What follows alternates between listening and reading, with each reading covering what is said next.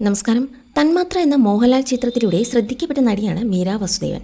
പിന്നീട് ഒരുപിടി മലയാള ചിത്രങ്ങളുടെ ഭാഗമായി അവർ സീരിയലിലൂടെ ടെലിവിഷൻ പ്രേക്ഷകരുടെ മനസ്സിൽ ഇടം നേടിയിരുന്നു. ഇപ്പോൾ 44 വയസ്സുകാരിയായ താരം തൻ്റെ വിവാഹങ്ങളെക്കുറിച്ച് ഒരു അഭിമുഖത്തിൽ തുറന്നു സംസാരിക്കുകയാണ്. താൻ കടന്നുപോയ 3 വിവാഹമോചനങ്ങളെക്കുറിച്ചാണ് അവർ തുറന്നു സംസാരിച്ചതും. 3 മണ്ടൻ കല്യാണങ്ങൾക്ക് വേണ്ടി തൻ്റെ 17 വർഷം വെറുതെ കളഞ്ഞുവെന്നാണ് നടി പറഞ്ഞത്. തൻ്റെ ജീവിതം കൊണ്ട് ഇതിലും എത്രയോ കൂടുതൽ കാര്യങ്ങൾ തനിക്ക് ചെയ്യാൻ കഴിയുമായിരുന്നെന്നും എന്നാൽ അതിന് സാധിച്ചില്ലെന്നും അവർ പറഞ്ഞു.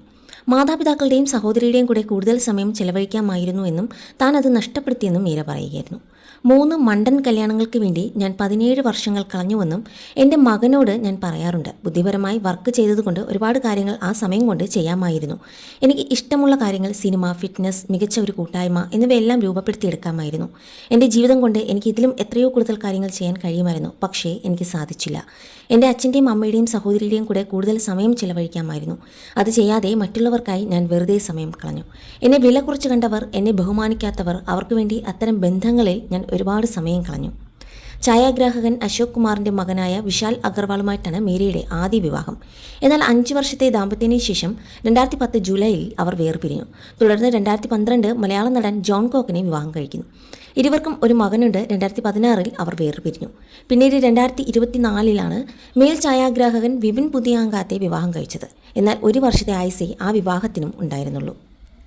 മീര പ്രധാന വേഷത്തിലെത്തിയ കുടുംബവിളക്ക് സീരിയലിൻ്റെ ക്യാമറാമാനായിരുന്നു പാലക്കാട് സ്വദേശിയായ വിപിൻ.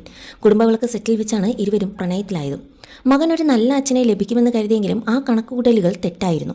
പങ്കാളിയുടെ അമിതമായ ആശ്രിതത്വവും മൂല്യങ്ങൾ തമ്മിലുള്ള പൊരുത്തക്കേടും ആ ബന്ധം തകരാൻ കാരണമായി. പങ്കാളിയെ അമ്മയെപ്പോലെ കണ്ട് ഒരു സ്പൂൺ ഫീഡിംഗ് ആഗ്രഹിക്കുന്ന പുരുഷന്മാരുമായി മുന്നോട്ട് പോകാൻ കഴിയില്ലെന്നും നടി തുറന്നു പറയുകയായിരുന്നു. ആ വ്യക്തി എൻ്റെ മകനോട് കാണിച്ച സ്നേഹവും പരിഗണനയുമാണ് എന്നെ ആകർഷിച്ചത്. എൻ്റെ മകന് നല്ലൊരു അച്ഛനായിരിക്കാൻ അദ്ദേഹത്തിന് കഴിയുമെന്ന് ഞാൻ വിശ്വസിച്ചു. പക്ഷേ അവിടെ ഞാൻ കണ്ട ഒരു വലിയ പ്രശ്നം പങ്കാളിയുടെ അമിതമായ ആശ്രിതത്വമായിരുന്നു. പങ്കാളി എന്തിനാണ് എന്നെ ഒരു അമ്മയെപ്പോലെ കണ്ട് സ്പൂൺ ഫീഡ് ചെയ്യാൻ ആവശ്യപ്പെടുന്നത്?